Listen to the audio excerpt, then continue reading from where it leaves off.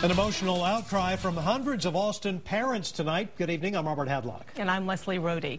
The Austin Independent School District held its first public forum, giving parents a chance to respond to proposed school closings. A district task force recommended closing 9 schools citywide this week as part of a plan to trim the potential $54 million shortfall AISD is facing.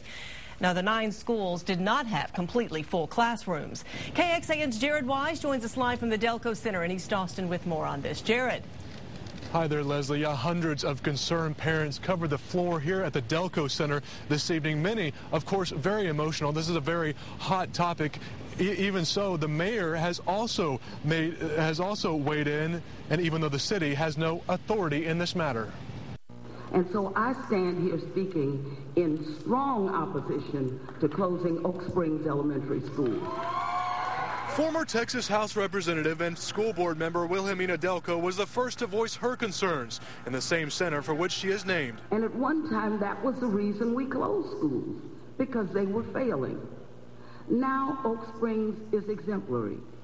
It is not only exemplary scholastically, it is exemplary because it stands as a monument to success across the street from a housing project. Oak Springs Elementary is one of 9 schools recommended for closure. Others include Zilker, Barton Hills, Sanchez, Ortega, Joslin, and Pease Elementary, and Pierce Middle School. We choose Pease. Parents from all those schools on that list stood in line to make an emotional plea. We got to recognize school. Where are we going now?